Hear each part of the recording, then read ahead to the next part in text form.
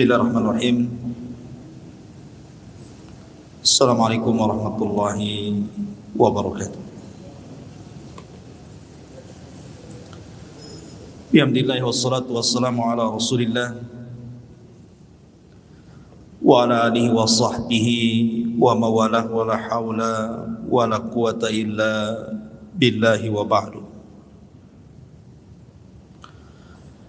Hadirin dan hadirat yang dimuliakan Allah Subhanahu wa taala.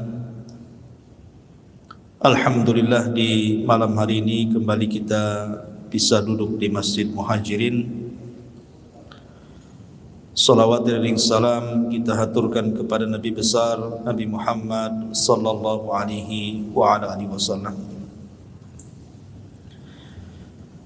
Kita lanjutkan kajian kita, masih membahas tafsir singkat dari surah Al-Baqarah, dan kita masuk pada ayat ke-17. Allah Subhanahu wa taala berfirman, "Mathaluhum kamathalil ladzi istawqada nara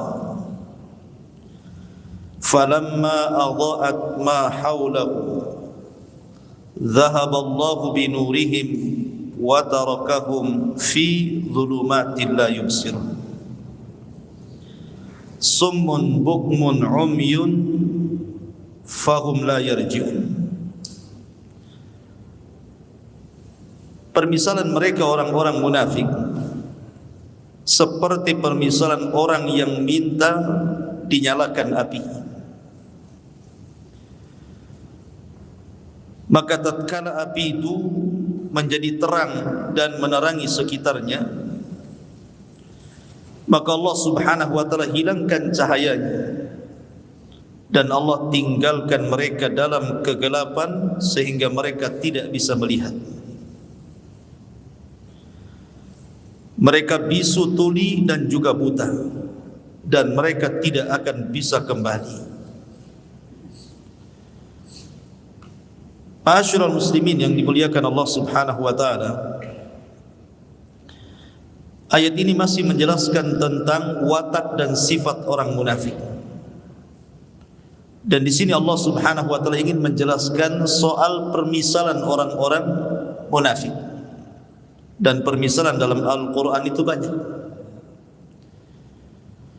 Dan Allah Subhanahu wa taala tidak pernah malu untuk membuat permisalan. Innallaha la yastahi an yadriba masalah. Allah tidak malu untuk membuat sebuah permisalan. Dan dijadikan sebuah permisalan dalam Al-Quran itu untuk dijadikan ibrah dan pelajaran. Dan tidak ada yang tahu soal permisalan yang Allah buatkan misal dalam Al-Quran kecuali orang-orang yang punya ilmu. Makanya para ulama kalau membaca Al-Quran kemudian lewat di sebuah permisalan Allah, kalau mereka tidak paham mereka menangis. Kenapa para ulama menangis? Karena menunjukkan bahwa dia tidak ahli, dia tidak paham dengan permisalan itu. Padahal permisalan dibuat itu untuk dijadikan ibrah dan pelajaran. Lah di sini Allah Subhanahu wa taala membuat permisalan tentang orang-orang munafik. Permisalan dunia dan permisalan akhirat. Dan di sini Allah buat dua permisalan. Pertama permisalan nariyah, permisalan api.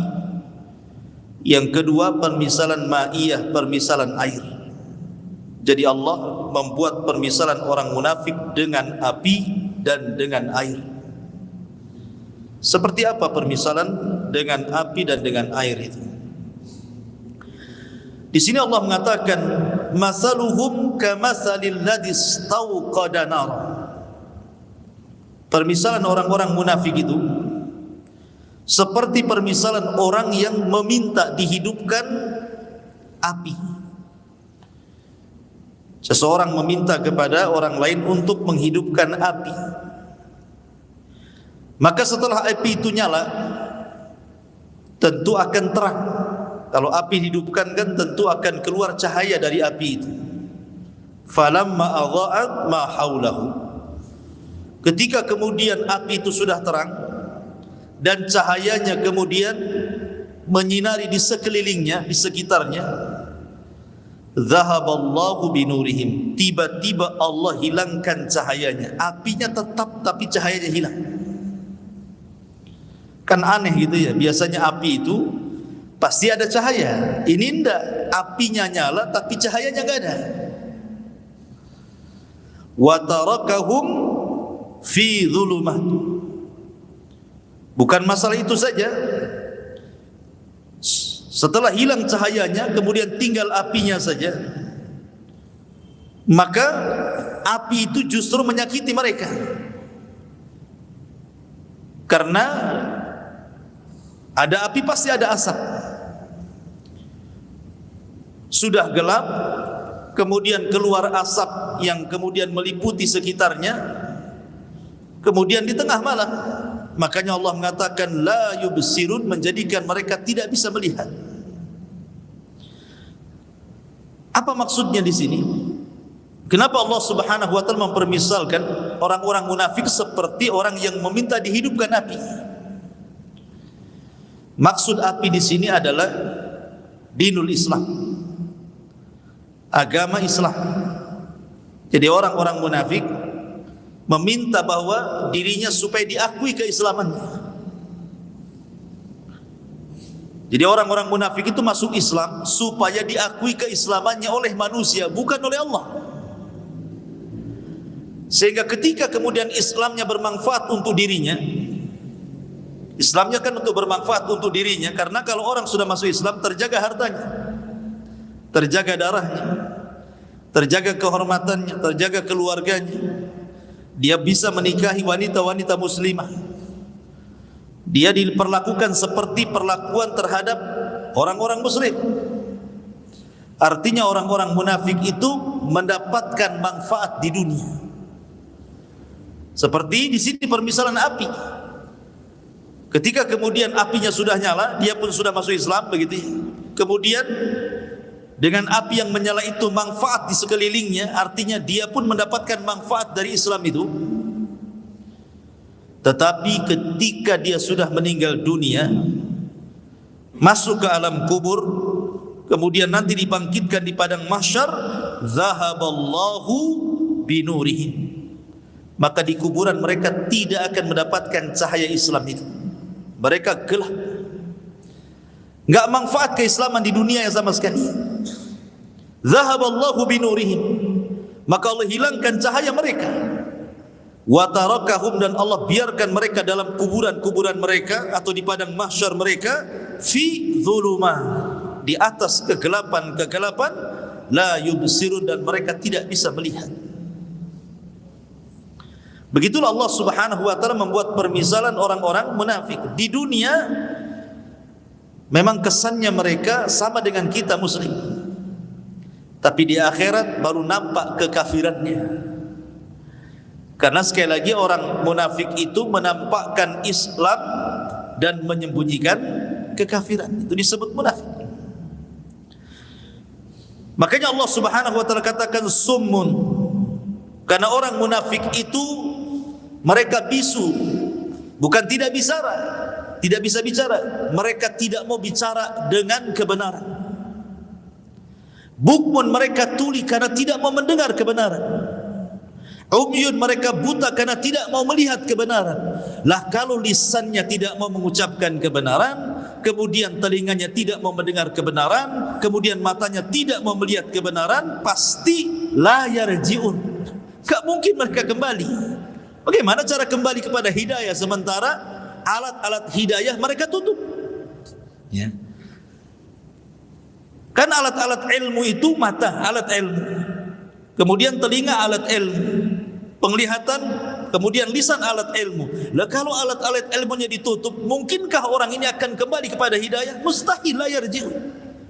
Makanya Allah mengatakan fahum la yarji'un, mereka akan kembali. Orang munafik itu selamanya mereka akan munafik. Tidak akan kembali ke dalam Islam yang hakiki. Ini permisalan yang pertama. Ini disebut permisalan nariyah namanya. Permisalan dengan api. Kemudian yang kedua, permisalan dengan air. Allah mengatakan au qasayyibin minas sama fihi dhulumatun wa ra'dun wa barqun yaj'aluna asabi'ahum fi adhanihim minas sawa'iqi hadharal maut wallahu muhitun bil kafirin. Permisalan yang kedua yang disebut dengan permisalan ma'iyah, permisalan air, atau kasayyibin minas sama. Kondisi orang-orang munafik itu seperti hujan yang turun sangat deras dari langit. Fi dhulumat, maksudnya di tengah-tengah kegelapan malam. Jadi sudah malam gelap gulita, tiba-tiba hujan turun sangat deras-derasnya. Cukup sampai di situ? Tidak. Tiba-tiba aradun, ada kilat, wabarkun, ada petirnya lagi. Sehingga yaj'aluna asabi'ahum, karena takut di malam hari hujan deras, ada guntur, ada petir, ada kilat, takut menyambar-nyambar telinga mereka, maka mereka tutup telinga-telinga mereka dengan asabi'ahum, dengan jari-jari mereka, fi adhanihim, pada telinga-telinga mereka, minas sawaiki hadaral maut, karena takut terkena kilatan guntur, karena mereka takut dengan kematian. Wallahu muhitum bil kafirin, dan Allah meliputi orang-orang kafir. Maksudnya begini, Allah Subhanahu wa taala hendak mempermisalkan kepada kita permisalan orang munafik ketika mendengarkan Al-Qur'an. Jadi permisalan yang kedua ini, permisalan orang-orang munafik ketika mendengarkan Al-Qur'an. Maka ketika mereka mendengarkan Al-Qur'an itu seperti permisalan ma'iyah ini. Jadi seolah-olah Al-Quran yang mereka dengar itu hujan yang sangat deras dicampur dengan guntur, petir dan kilat, sehingga mereka tidak mau mendengar Al-Quran itu dan menutup telinga-telinga mereka dengan tangan mereka. Jadi orang-orang munafik itu alergi dengan Al-Quran. Kalau dibacakan kepada mereka, mereka enggak mau dengar. Itulah sifat-sifat orang munafik. Karena mereka hanya ingin diakui saja keislamannya oleh kaum muslimin, tapi tidak benar-benar mencari keislaman. Makanya mereka, Allah mengatakan yaj'aluna asabi'ahum, ketika mereka mendengar Al-Quran, mereka jadikan jari-jari mereka menutup telinga-telinga mereka. Minas sawaiki hadarum, karena kuatnya pengaruh Al-Quran kepada orang-orang munafik ini, seolah-olah mereka takut dengan kematian, saking takutnya dengan Quran. Seperti itulah orang-orang munafik. Ini permisalan di dunia orang munafik seperti itu. Mereka tidak mau mendengarkan Al-Quran, dan Al-Quran seperti petir bagi mereka. Yakadul barqu yakhtafu absarahum, hampir-hampir petir itu menyambar pandangan-pandangan mereka. Kemudian Allah permisalkan bagaimana orang-orang munafik di akhirat. Kullama adha'a lahum masyaw fihi, apabila ada cahaya, maka mereka mulai berjalan. Wa idza adlama, tapi kalau cahayanya hilang, alaihim qamu, maka mereka berhenti. Walau sya'allahu la dhahaba bisam'ihim wa absarihim, kalau Allah mau, Allah akan hilangkan pendengaran dan penglihatan mereka. Innallaha ala kulli syai'in qadir, sesungguhnya Allah atas segala sesuatu maha mampu.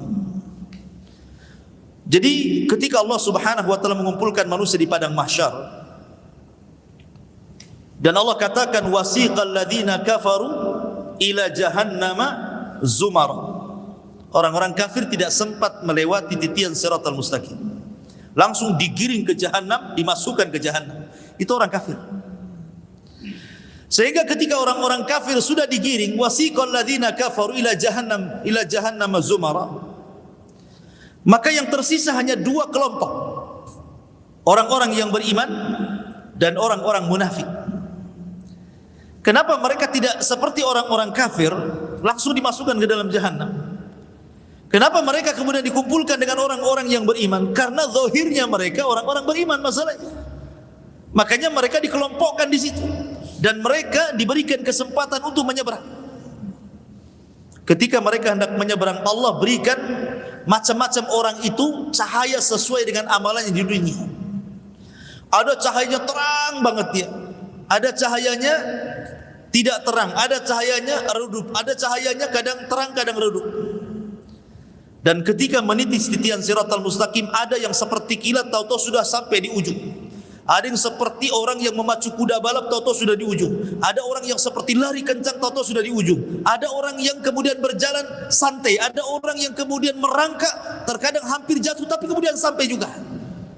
Tapi ada juga yang Allah takdirkan harus terjun ke jahanam. Lah orang-orang munafik ini Allah Subhanahu wa taala berikan cahaya kecil. Terkadang cahaya itu menyala, terkadang cahaya itu padam.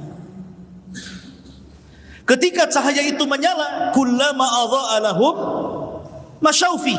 Jadi ketika mereka naik di titian siratal mustaqim itu, kalau cahayanya muncul, mulai mereka berjalan. Tetapi wa idza adlama alaihim qam. Ketika cahaya hilang, berhenti dia. Kata para ulama tafsir, seandainya orang-orang munafik itu mampu melewati sepertiga saja, jangan 2/3, sepertiga titian siratal mustaqim, tentu dia akan diseberangkan ke surga. Artinya bahwa berdirinya orang munafik di titian dengan berjalannya itu lebih banyak berdirinya, lebih banyak berhentinya dibandingkan jalannya gitu. Anda bisa bayangkan? Ya. Sebab kalau seandainya sepertiga saja titian dia bisa melewati, tentu diseberangkan ke surga. Tetapi ketika dia banyak berhenti dibandingkan jalan, maka mereka akan sampai ke neraka bukan ke surga. Sehingga orang-orang munafik itu kan kebiasaan di dunia suka menipu. Orang-orang munafik itu kan ciri-ciri yang paling nampak adalah idza haddatsa kadzab, apabila bicara dusta. Dia suka menipu orang. Idza laqul ladzina amanu qalu amanna wa idza khalau ila syayatinin qalu inna ma'akum innama nahnu mustahzi'un. Kalau berjumpa dengan orang yang beriman, aku ni kawan kalian. Tapi kalau berjumpa dengan orang kafir, saya juga kawan kalian. Jadi orang munafik itu sama orang yang beriman berdusta, sama orang kafir pun berdusta. Dia tengah-tengah dia. Makanya orang munafik itu terkenal orangnya orator, alimul lisan, pandai diplomasi. Makanya Rasul mengatakan, innama akhwafa ma akhafu alaikum munafikun alimul lisan. Yang paling aku takutkan terjangkit penyakit kepada umat ini, munculnya para diplomasi dari kalangan munafikin, yang orang yang pandai bicara melobi sana sini maksudnya. Makanya Allah mengatakan tu'jibuhum qauluhum, tu'jibuka qauluhum bi afwahihim. Jadi kalau mereka ngomong itu memang luar biasa orang munafik. Karena Abdullah ibn Ubay bin Salul, tokoh munafik itu luar biasa kalau ngomong itu. Itulah cirinya orang munafik. Lah ketika di dunia dia bisa mengelabui orang yang beriman, rupanya ketika menyeberang titian siratal mustaqim, dia pun mau berusaha mengelabui orang-orang yang beriman. Allah sebutkan dalam surah Nur, ketika orang-orang yang beriman lewat dan tentu membawa cahaya, apa kata orang munafik? Naktabis min nurikum. Tunggu dulu, aku ingin berjalan bersama kamu dan mengikuti cahayamu. Ya, di dunia dia bisa mengelabui orang yang beriman, di akhirat mana bisa? Ya. Maka orang-orang yang beriman yang ketika berjalan di titian siratal mustaqim, kemudian orang munafik mengatakan naktabis min nurikum, tolonglah berhenti dulu, saya ingin ikut cahayamu. Maka orang mukmin mengatakan tidak, faltamis mi waraikum, cari di belakang kalian katanya.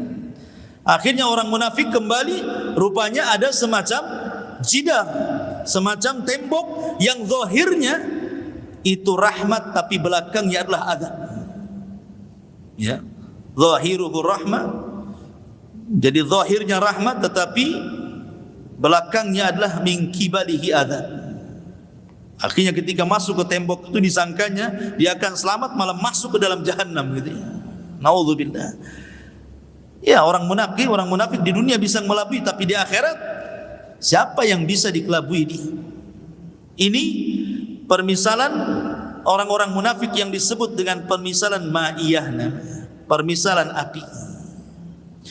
Kemudian setelah Allah Subhanahu wa taala menyebutkan sifat-sifat orang yang beriman, kemudian menyebutkan sifat-sifat orang kafir, kemudian menyebutkan sifat-sifat orang munafik, maka Allah tutup ayatnya, ya ayyuhan nas ubudu rabbakumul ladzi khalaqakum walladzina min qablikum la'allakum tattaqun. Alladzi ja'ala lakumul arda firashan was samaa'a binaan wa anzala minas samaa'i ma'an fa akhraja bihi minas thamarati rizqan lakum fala taj'alu lillahi andadan wa antum ta'lamun. Wahai manusia, manusia ini mencakup mukmin, kafir, munafik. Wahai manusia, seolah-olah ingin mengatakan, hei orang yang beriman, hei orang kafir, hei orang munafik, begitu. Ubudu rabbakum, sembah Rabb kalian, tauhidkan Rabb kalian. Alladzi khalaqakum, yang telah menciptakan kalian, walladzina min qablikum, dan menciptakan orang sebelum kalian, la'allakum tattaqun, agar kalian bertakwa. Kenapa kita harus menyembah Allah Subhanahu wa taala? Karena alladzi ja'ala lakumul arda firasha, karena Allah yang telah menjadikan bumi ini terhampar untuk kalian. Was samaa'a binaa, dan menjadikan langit itu bangunan sebagai atap kalian. Wa anzala minas samaa'i ma'an, dan Allah turunkan dari langit itu air. Fa akhraja bihi minas thamarat, maka Allah keluarkan dengan air itu berbagai macam thamarat, buah-buahan. Rizqan lakum, sebagai rizki bagi kalian. Fala taj'alu lillahi andadan wa antum ta'lamun, maka janganlah kalian menjadikan bagi Allah tandingan-tandingan jikalau kalian mengetahuinya. Ada sebuah kaidah yang harus diketahui seorang mukmin tentang nikmat Allah, kenapa kita harus menyembah Allah Subhanahu wa taala. Pertama al-ijad. Kemudian yang kedua al-i'dad. Kemudian yang ketiga al-imdad. Kemudian yang keempat al-irsyad. Kemudian yang kelima al-is'ad. Ini kaidah kehidupan namanya. Ijad, i'dad, imdad, irsyad, is'ad. Antum yang belajar bahasa Arab paham artinya. Yang enggak bisa bahasa Arab ya sudah dengerin aja. Yang pertama ijad. Ijad itu artinya mengadakan, menciptakan. Yang menciptakan alam semesta ini adalah Allah. Allah yang menjadikan ada langit, ada bumi, dan ada apa yang ada di permukaan bumi, dari lautnya, dari gunungnya, dari macam-macamnya. Ini disebut ijad. Allah menciptakan segala sesuatunya. Untuk siapa? Untuk kita. Ya, kenapa Allah ciptakan laut berbagai macam ikannya? Kenapa Allah menciptakan hutan berbagai macam buah-buahannya dan binatang-binatangnya? Kenapa Allah menciptakan sawah berbagai macam biji-bijiannya? Itu untuk siapa? Untuk kita, manusia. Allah ciptakan itu semua, itu yang disebut dengan ijad. Ini satu. Setelah Allah Subhanahu wa taala ciptakan nih fasilitas ini untuk kita, baru yang kedua disebut i'dad. Allah persiapkan semuanya. Jadi setelah Allah menciptakan langit dan bumi, Allah persiapkan semuanya itu. Ini lautan sebelah sini, ini sungai sebelah sini, ini hutan sebelah sini, ini daratan sebelah sini, ini yang lautan sebelah sini. Allah persiapkan semuanya. Setelah Allah ciptakan itu, Allah atur tuh satu-satu tuh dengan tertibnya. Allah mengatur mana posisi laut, mana posisi gunung, mana posisi hutan, semua diatur oleh Allah Azza wa Jalla. Untuk siapa? Untuk kita. Kemudian yang ketiga al-imdad. Al-imdad itu artinya Allah perbanyak. Ketika Allah Subhanahu wa taala ciptakan umpamanya ini satu buah mangga. Satu buah mangga akhirnya berbuah sampai ratusan buah mangga. Kemudian dari buah mangga yang ratusan itu kan ada biji dalamnya tuh. Akhirnya dari setiap satu biji itu tumbuh mangga yang pertama, mangga kedua, mangga ketiga. Dari satu mangga akhirnya jadi 100 mangga dari biji itu. Itu disebut imdad. Allah tidak membiarkan adanya kepunahan. Tetap satu pohon ini akan menghasilkan ribuan pohon. Nanti dari ribuan pohon jutaan pohon, dari jutaan pohon miliaran pohon, gitu loh maksudnya. Jadi Allah tidak akan membiarkan adanya kepunahan. Untuk siapa? Untuk kita. Bahkan ada satu buah itu sampai ribuan bijinya tuh. Itu kalau ribuan biji tumbuh ya, sebanyak itu tumbuh-tumbuhan itu disebut imdad. Kemudian setelah imdad, yang keempat irsyad. Allah ilhamkan kepada kita. Allah ilhamkan kepada manusia mana yang boleh dimakan, mana yang tidak boleh dimakan, mana ikan yang beracun, mana yang tidak, mana buah-buahan yang enak, mana yang tidak, mana yang boleh dimakan, mana yang tidak, mana daun-daunan yang bisa dimakan, mana tidak. Allah ilhamkan kepada kita berbentuk irsyad.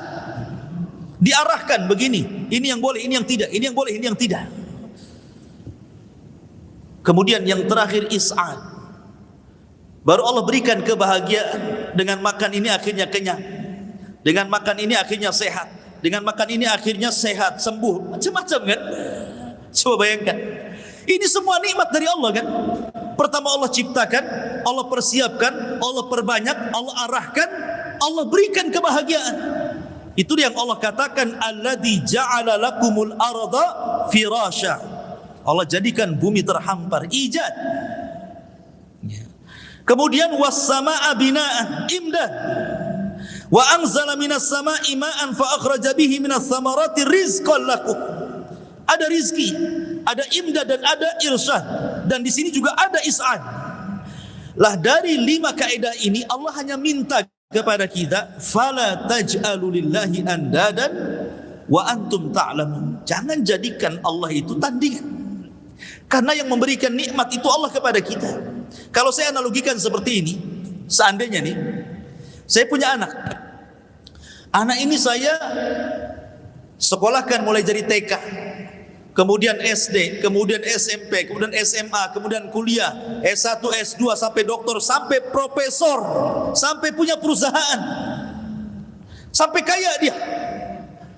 Saya arahkan dari bayi, dari brojol sampai jadi pengusaha. Sudah sukses, ini pengusaha ini, anak saya ini. Tiba-tiba kemudian dia mengirim uang bulanan sebagai balas budinya. Bukan ke saya yang membesarkan, tetapi ke tetangga saya.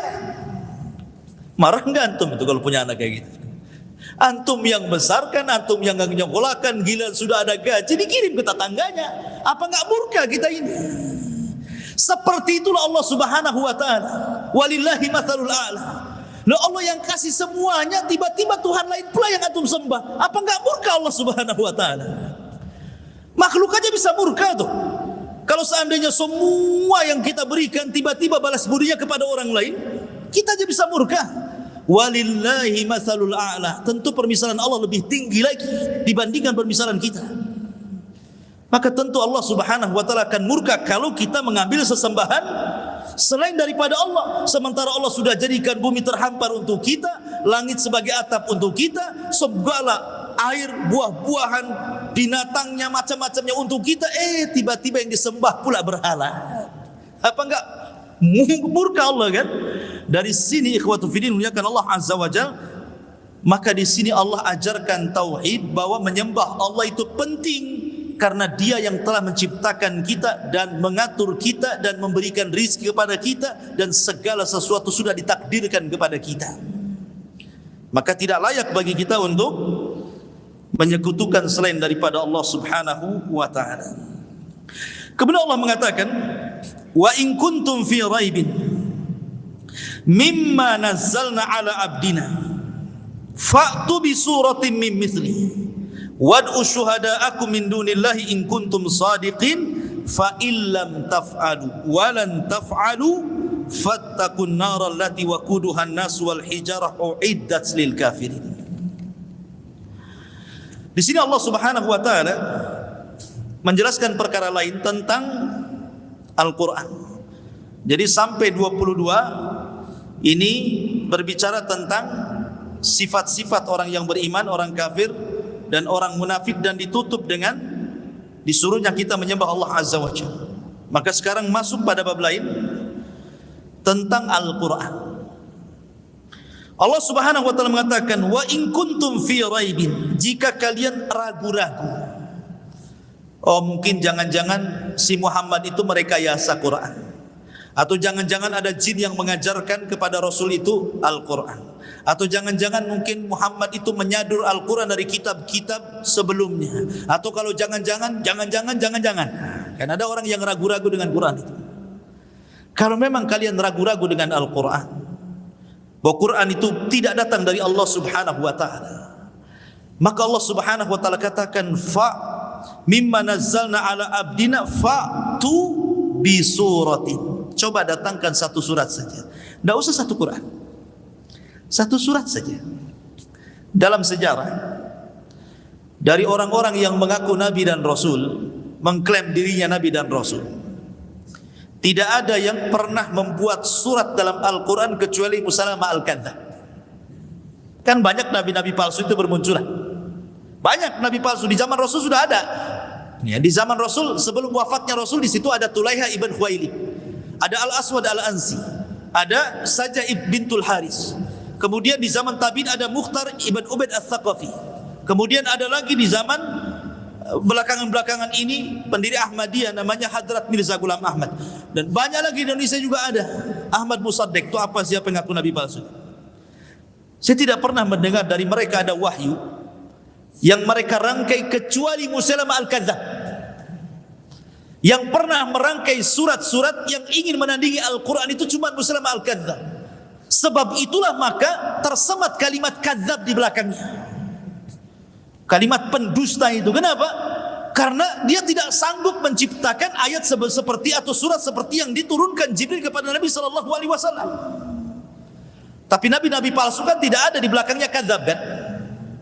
Pemanya Al-Aswad Al-Ansi Al-Kadzdzab memainkan itu, ataupun Tulaiha ibn Asad Al-Kadzdzab, atau siapa, Hadrat Mirza Ghulam Ahmad Al-Kadzdzab memainkannya. Tapi Musailamah itu ada buntutnya Al-Kadzdzab di situ. Ada buntut di belakang nama Musailamah itu Al-Kadzdzab, si pendusta. Kenapa? Karena dia pernah mencoba membuat beberapa surat semisal Al-Quran konon yang menurut dia, tetapi Al-Quran tidak bisa ditandingi. Ketika Amr bin As radhiyallahu an, waktu itu masih kafir Amr bin As itu. Karena Amr bin As itu walaupun pimpinan Quraisy, dia masuk Islam kan belakangan bersama Khalid bin Walid. Itu jauh-jauh setelah Nabi hijrah baru Khalid bin Walid itu masuk Islam bersama Amr bin As, karena dua-duanya sama-sama tokoh masalahnya. Ya, tokoh-tokoh itu susah ya, kalau untuk masuk Islam itu susah kalau sudah jadi tokoh itu. Ya. Jadi Amr bin As ini kan berkawan dengan Musailamah Al-Kadzdzab. Satu geng tuh dengan Musailamah Al-Kadzdzab. Jadi Amr bin As ini suatu ketika bertandang ke Bani Hanifah. Ke Bani Hanifah, ke kabilahnya Musailamah Al-Kadzdzab di Yamamah sana. Berjumpalah Amr bin As ke rumah Musailamah Al-Kadzdzab, kemudian berbincang-bincang. Jadi Musailamah Al-Kadzdzab ngomong sama Amr bin As itu, "Ya Amr, kau kan tetangganya si Muhammad. Kira-kira surat yang terakhir turun kepada dia itu surat apa coba?" Karena orang Arab biasa menghafal syair, apalagi surat-surat pendek. Banyak orang-orang kafir yang hafal surat-surat pendek. Banyak orang Islam tak hafal pula surat-surat pendek. Ini orang-orang kafir nih banyak hafal surat-surat pendek karena terbiasa menghafal syair masalahnya. Karena Quran itu disangka syair sama orang-orang itu.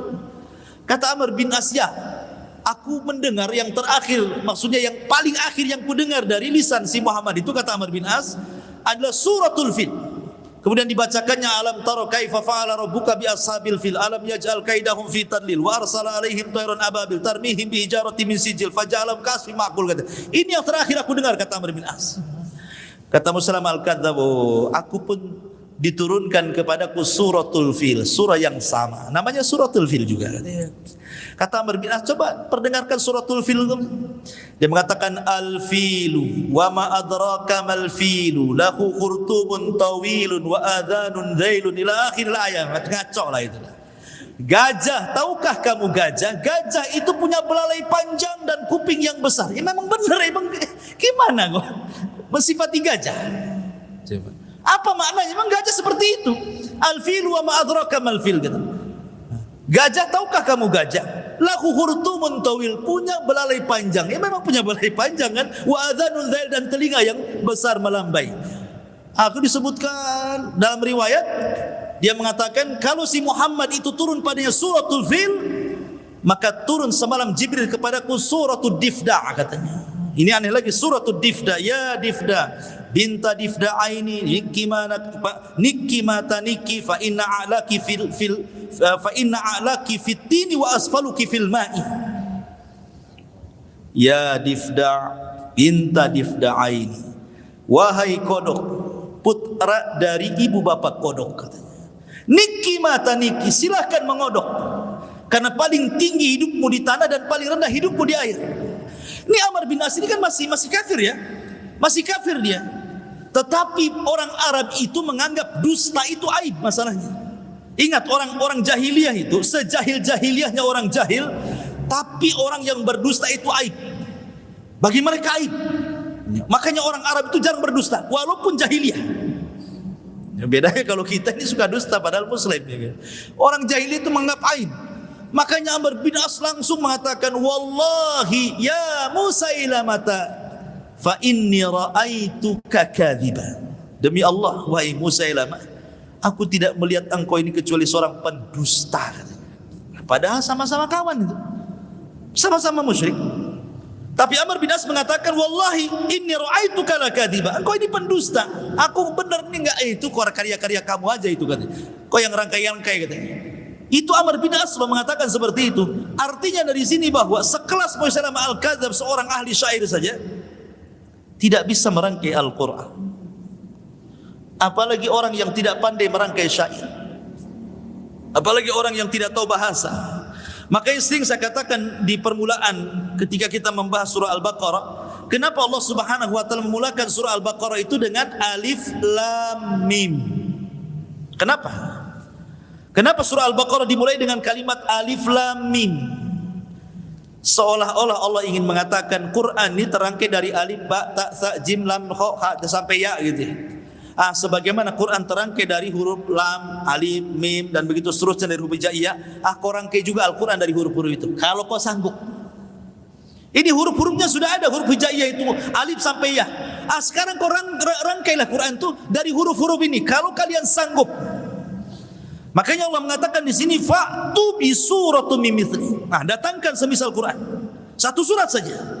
Cukup sampai di sini. Wad'u syuhada'akum. Kalau perlu, undang syuhada'akum, penolong-penolongmu. Kumpulkan mau malaikat, mau jinnya, mau manusianya, mau profesornya, mau orang jahilnya. Kumpulkan semuanya satu alam sama saya ini kalau kalian sanggup. Dibayangkan. Kumpulkan malaikatnya sekali, kumpulkan jinnya sekali, kumpulkannya manusia sekali, kumpulkan orang cerdas sekali. Fa'tu bi suratin min mithli. Datangkan semisal Al-Quran. In kuntum shadiqin. Kalau kalian memang benar, kalian sanggup membuat Al-Quran, maka Allah bantah fa illam taf'alu. Jika kalian tidak sanggup melakukan, walan taf'alu, dan tidak akan mampu melakukannya, fattaqun nar, maka takutlah kepada neraka. Allati waquduhan nas, yang bahan bakarnya manusia, wal hijarah, dan bebatuan, uiddat lil kafirin, dan itu sudah disiapkan bagi orang-orang kafir. Dari sini menunjukkan bahwa Al-Quran adalah mukjizat yang datang dari Allah Subhanahu wa ta'ala. Tidak ada yang sanggup merangkai seperti Al-Quran. Kemudian Allah Subhanahu wa ta'ala berfirman, wa basyiril ladzina amanu wa amilus salihati anna lahum jannatin tajri min tahtihal anhar kullama ruziku minha min thamaratir rizqan qalu hadzal ladzi ruzikna min qablu wa utubihi mutasyabiha wa lahum fiha azwajun mutahharatun wa hum fiha khalidun. Dan berilah kabar gembira kepada orang-orang yang beriman dan beramal saleh bahwa bagi mereka sorga-sorga. Sorga itu bukan satu, karena Allah menggunakan jamak di sini, sorga ya, karena sorga itu memiliki tingkatan-tingkatan. Syekhul Islam Ibnu Taimiyah rahimahullahu taala ketika memberikan catatan kepada hadis Nabi sallallahu alaihi wasallam bahwa para penghafal Quran, orang-orang yang punya perhatian Al-Quran di dunia, maka akan dipanggil di sorga di hadapan Allah Azza wa Jalla. Kemudian Allah Subhanahu wa taala akan berfirman kepada orang yang mencintai Quran ini, Iqra warta warattil kama kunta turattil fid dunya fa inna manzilataka inda akhiri ayatin taqra'uha. Baca, naiklah, karena di sorga itu nanti manusia diberikan raf-raf. Raf-raf itu sayap di belakang sini sehingga bisa terbang. Ya, jadi di sorga itu bukan kayak di bumi. Kalau di bumi itu kan kita merayap di bumi. Binatang-binatang yang disebut dengan binatang melata yang merayap di bumi. Di sorga nggak ada binatang melata itu. Di sorga itu tidak ada binatang yang merayap kayak kita di bumi, itu tidak ada. Bahkan manusianya juga tidak merayap di bumi. Di sorga itu semua terbang. Dan itu digambarkan dalam Al-Quran ketika Allah Subhanahu wa ta'ala menceritakan tentang makanan ahlu sorga. Allah mengatakan tayran mimma yashtahun. Tayran mimma yashtahun. Jadi makanan di sorga itu, binatang di sorga itu diistilahkan tayr. Tayr itu artinya burung. Terbang, tayr itu artinya terbang. Burung kan terbang, maka disebut tayr. Kalau pesawat disebut ta'irah namanya. Pesawat terbang disebut ra'aitu ta'irata yatir. Aku melihat pesawat terbang gitu ya. Burung itu ta'irah, tayr. Ya. Jadi artinya binatang sorga itu kata para ulama tidak ada yang merayap kayak di bumi melata, tidak, semua disebut tayr. Ya. Walahmi tayrin mimma yashtahun. Dan daging binatang yang terbang yang kalian sukai, itu maksudnya. Artinya dari sini ketika kalimat tayrin adalah nakirah, berarti semua binatang di sorga itu terbang. Kambing terbang, unta terbang, kuda terbang, semua terbang. Antum aja terbang. Ya. Di dunia pengen terbang, cita-citanya jadi Superman kan itu. Nanti jadi Superman semua di sana. Karena punya sayap. Semua dikasih rop-rop. Karena bangunan sorga itu tergantung-gantung. Ya. Jadi Allah Subhanahu wa ta'ala katakan kepada para penghafal Quran itu, Iqra, baca. Wartak, naik. Sambil baca Quran itu dinaikkan sayapnya, sambil naik melewati satu tingkatan sorga, dua tingkatan sorga, tiga tingkatan, terus sampai beberapa tingkatan ke atas. Warattil, dan tartilkan bacaanmu sebagaimana kau tartilkan bacaan Quranmu di dunia. Fa inna manzilataka, di sini syahidnya, fa inna manzilataka inda akhiri ayatin taqra'uha. Karena tingkatanmu di sorga, kata Allah, disesuaikan dengan banyak tidaknya engkau membaca Quran di dunia. Makin sering baca Quran di dunia, maka makin tinggi tingkatannya di sorga. Dan orang yang paling sering membaca Quran pasti penghafal Quran. Tidak percaya? Coba orang menghafal Quran itu, kadang satu ayat diulang-ulang pengen hafal. Nah, berapa kali itu?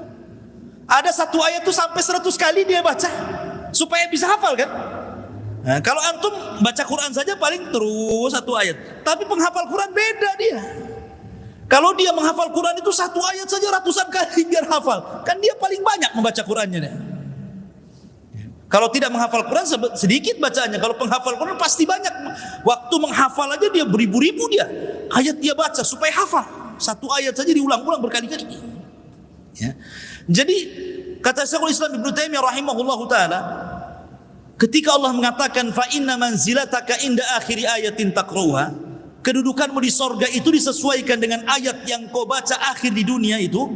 Kata Imam Ibnu Taimiyah, ajtahidu, aku beristihad, kata dia, bahwa inna darajatin fil jannah, sesungguhnya tingkatan-tingkatan sorga itu ka'adadi ayatin, ka'adadi jumlati ayati minal Quran, sejumlah ayat dalam Al-Quran. Berapa ayat dalam Al-Quran? 6.400-an lebih, kurang lebih lah 6.400-an. Kalau nggak yakin ya, itu hitung sendiri di rumah. Tuh 2, 3, ya, gitu. 6.400-an lebih, kurang lebih. Itu jumlah ayat se-Al-Quran. Artinya kalau seandainya jumlah ayat itu 6.400 kurang lebih, maka segitu juga lah jumlah tingkatan sorga itu. Dan satu tingkatan sorga ke tingkatan sorga kedua itu jaraknya seperti langit dan bumi. Jarak antara sorga, tingkatan sorga ke tingkatan sorga berikutnya itu seperti jarak langit dan bumi. Sementara tingkatan di sorga itu jumlahnya 6.400 kurang lebih, sesuai dengan jumlah ayat dalam Al-Quran. Berarti tingkatan sorga itu banyak. Makanya Allah mengatakan di sini annalahum jannatin. sorga-sorga. Karena sorga itu banyak dan ada tingkatannya. Kemudian Allah mengatakan tajri min tahtihal anhar, di mana di bawah sorga itu mengalir sungai-sungai. Sungai di sorga jangan sama dengan sungai di dunia. Sungai di dunia itu harus ada tembok kiri kanan, kalau enggak akan mengalir kemana-mana airnya, maka harus dibendung. Ya kan? Lihat tuh kalau orang buat parit tuh, pasti akan dibuat di dinding sebelah sini, baru mengalir airnya di tengah. Di sorga itu tidak ada dinding sebelah kanan, dinding sebelah kiri. Jadi alirannya ya begitu saja ngalir. Tapi tidak tumpah ke kiri, tidak tumpah ke kanan. Kalau di dunia, kalau tidak di dinding tumpah ke kiri ke kanan kan, nggak lurus kemana-mana, jadi telaga jadinya kan. Ya. Tapi di sorga itu kata para ulama tidak ada jidar. Jadi sungainya itu tidak ada kiri kanan, nggak ada dinding, tetapi mengalir seperti itu. Indahnya luar biasa. Kuasa Allah Azza wa Jalla. Ya. Kemudian juga kalimat anhar, kenapa menggunakan jamak? Tidak nahrun, tidak mufrad. Karena memang surga itu memiliki banyak sungai, bukan satu saja. Dalam ayat yang lain Allah Subhanahu wa taala mengatakan fiha dari min labanin lam yataghayyar ta'mu. Ada sungai susu. Min ma'in dari air yang tidak berubah warnanya. Kemudian min labanin lam yataghayyar ta'mu. Kemudian dari air susu yang tidak pernah berubah rasanya. Kemudian min asalin musaffa. Kemudian dari air madu yang tersaring. Kemudian min khamrin ladzati lisyaribin. Dari khamar yang lezat bagi para peminumnya. Jadi ada 4 aliran air yang memang khusus bagi penduduk surga. Pertama, air bersih.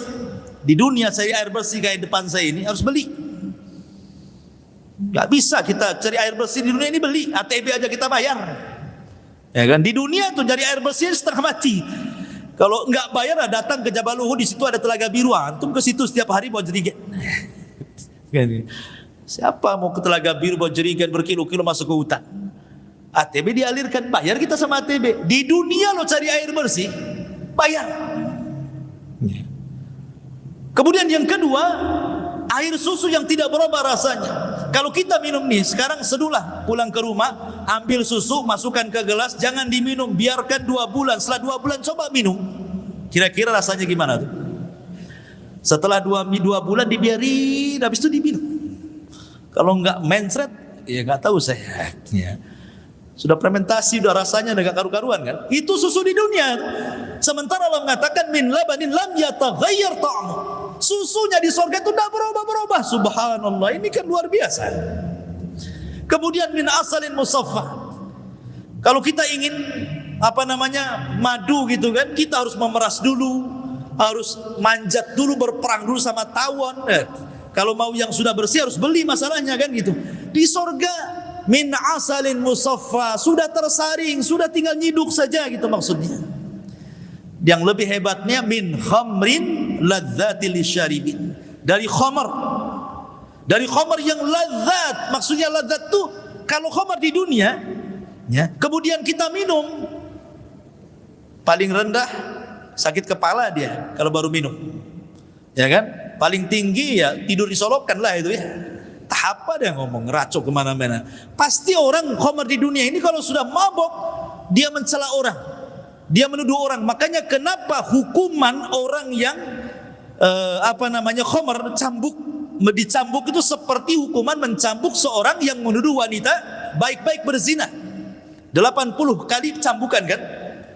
Dan itu isi aja Umar bin Khattab. Karena orang mabuk ini terkadang diam fitnah-fitnah orang, ngomongnya nggak jelas. Makanya hukumannya disamakan sama Umar bin Khattab 80 kali cambukan.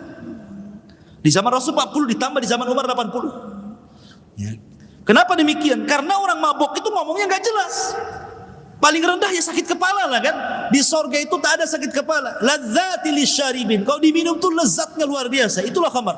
Makanya kenapa Rasulullah SAW mengancam man syaribal khamra fid dunya lam yashrabhu fil akhirah. Siapa yang mabuk di dunia jangan bisa mabuk kok di akhirat. Gak akan mabuk kok di akhirat kata Rasul. Ya. Tetapi kata para ulama, apakah hadis ini dipahami zahirnya? Jadi orang yang pernah minum di dunia minuman keras, dia tidak akan minum minuman keras di akhirat, ataukah dia tetap minum?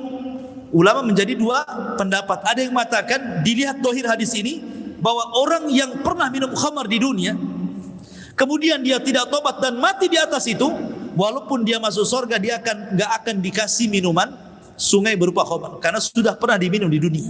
Itu satu pendapat. Pendapat yang kedua ada yang mengatakan tidak. Karena di surga itu semua halal, tidak ada yang haram. Tidak ada di surga itu yang ini boleh diminum, yang ini tidak. Semua boleh di surga itu. Ya. Mana ada ini haram, tidak. Di surga itu semua boleh. Tidak ada yang tidak boleh. Kecuali di zaman Nabi Adam saja itu sebagai ujian, yang lain boleh kecuali satu pohon ini. Tapi pohon ini sudah enggak ada lagi. Ya, pohon larangan itu sudah tidak ada lagi. Kalau semua umat Muhammad sudah masuk surga, tidak ada lagi pantangan untuk mendekati pohon kehidupan yang disebut dengan syajaratul khuldi itu. Itu hanya untuk ujian kepada Adam karena sebuah hikmah, karena Adam harus diterjunkan ke bumi, karena Allah yang mengatakan inni ja'ilun fil ardi khalifah. Aku jadikan di bumi. Kenapa Adam di surga? Ya, makanya harus turun ke bumi karena Allah mengatakan di bumi masalahnya kan. Maka dibuatlah ujian, diciptakanlah pohon. Dengan sebab itulah Adam akhirnya ke bumi, dan itu sesuai dengan hikmah Allah. Ya. Taib tajri min tahtihal anhar. Kullama ruziku minha min thamarati rizqa. Setiap kali mereka diberikan rizki dari buah-buahan di sorga. Qalu hadza alladhi ruzikna min qablu. Ini buah yang pernah kami rizkikan sebelumnya di dunia. Wa utubihi mutasyabiha. Ada kemiripan antara buah sorga dan dunia. Kata Abdullah bin Abbas ketika mentafsirkan ayat ini, dia mengatakan bahwa kemiripan nama buah-buahan di sorga dengan di dunia itu hanya sekedar asma, lal hakikat. Hanya sekedar nama, kesamaan, kemiripan nama, tetapi bukan hakikat. Nama boleh sama tapi hakikat berbeda, gitu maksudnya.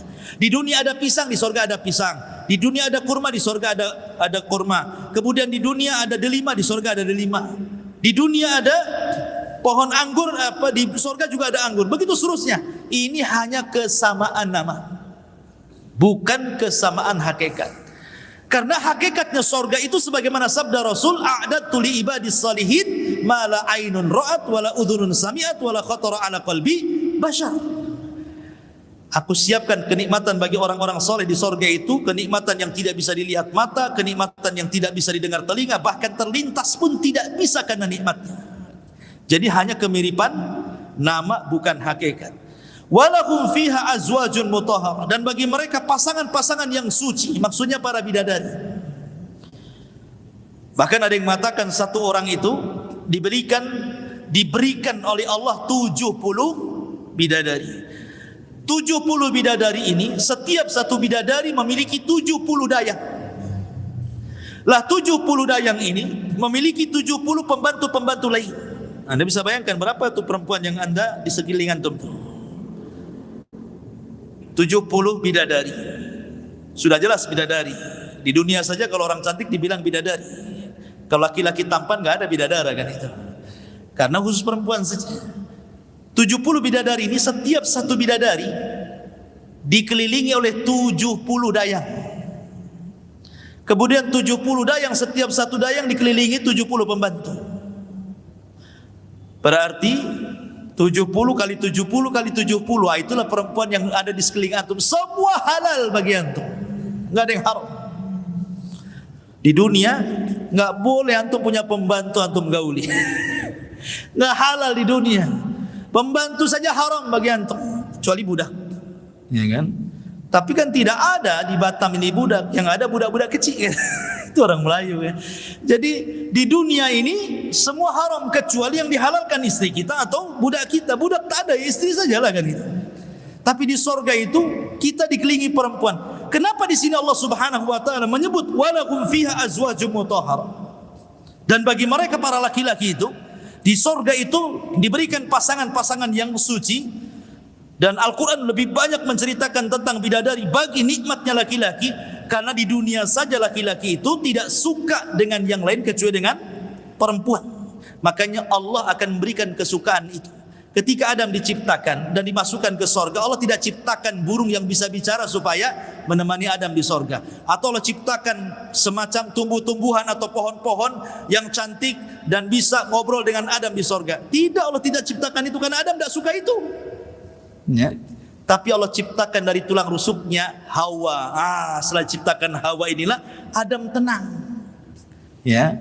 Bisa saja kan Allah ciptakan burung, Allah ciptakan binatang-binatang untuk menemani Adam di sorga kan? Tapi Allah tidak ciptakan itu. Justru Allah ciptakan pasangannya dari tulang rusuknya. Ya, karena Allah mengatakan wa min ayatihi an khalaqalakum min anfusikum azwaja litaskunu ilaiha. Lihat bahasa litaskunu ilaiha, bukan litaskunu ma'aha. Bukan pakai ma'aha tetapi ilaiha. Nih indahnya bahasa Arab.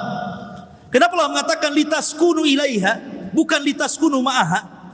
Kalau litaskunu ma'aha hanya sekedar satu rumah tapi tidak ada kebahagiaan. Kita nikah itu bukan untuk satu rumah dengan pasangan. Kalau hanya satu rumah saja buat apa? Ya. Tetapi litaskunu ilaiha, supaya hati kita tenang dengan dia. Walaupun tidak ada atapnya rumah kita, gitu maksudnya. Kalau hanya satu rumah saja, betapa banyak suami istri satu rumah tetapi tidak tenang, bercerai, nggak jelas-jelas di situ kan. Itulah bahasa Quran. Kenapa diciptakan pasangan? Bukan untuk serumah, supaya kita tenang dengan dia, gitu maksudnya. Lah Adam itu diciptakan Hawa seperti itu. Walahum fiha azwajum mutahharatun wa hum fiha khalidun, dan Allah kekalkan mereka di sorga. Ingat kekekalan sorga. Kalau ada yang mengatakan lalu bedanya apa? Kalau sorga kekal, Allah juga kekal. Berarti Allah ada tandingan dalam kekekalan di sini. Tidak. Allah kekal, sebelumnya tidak didahului dengan ketidakadaan. Tapi sorga sebelumnya didahului dari ketidakadaan. Sebelumnya tidak ada sorga, Allah ciptakan sorga. Tapi Allah sebelumnya tidak didahului dengan ketidakadaan. Allah itu selamanya ada. Kemudian yang kedua, yang menakdirkan sorga kekal adalah Allah. Dan sorga tidak menakdirkan kekekalan Allah. Kemudian yang ketiga, kekalnya sorga karena kehendak Allah, bukan kehendak sorga itu sendiri. Dari sini tidak sama antara kekekalan sorga dengan kekekalan Allah subhanahu wa ta'ala. Wa hum fiha khalidun, dan mereka di dalam surga itu akan dikekalkan. Wallahu alam. Sampai di sini kita tutup dengan doa kafaratul majlis. Subhanakallahumma bihamdika asyhadu an la ilaha illa anta astaghfiruka wa atubu ilaik. Allahu ta'ala. Assalamualaikum warahmatullahi wabarakatuh. Intinya bahwa tolong berakhlak kepada Allah. Membahas tafsir dari surah Al-Imran. Lahirlah Imam Muslim, Abi Dawud, Tirmidzi, Ibnu Hibban. Jadi ketika Yunus alaihi salatu wassalam terkena undian itu,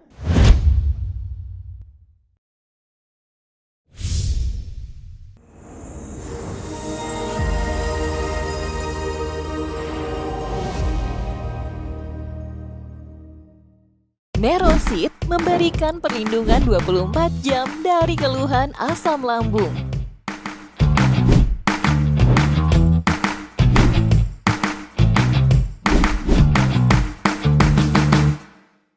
Nerosit memberikan perlindungan 24 jam dari keluhan asam lambung.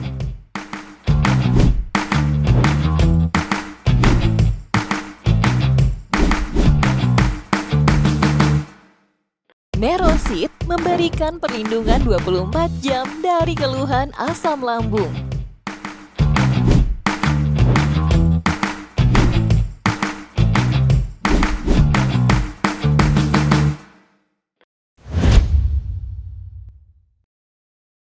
intinya bahwa tolong berakhlak kepada Allah. Membahas tafsir dari surah Al-Imran.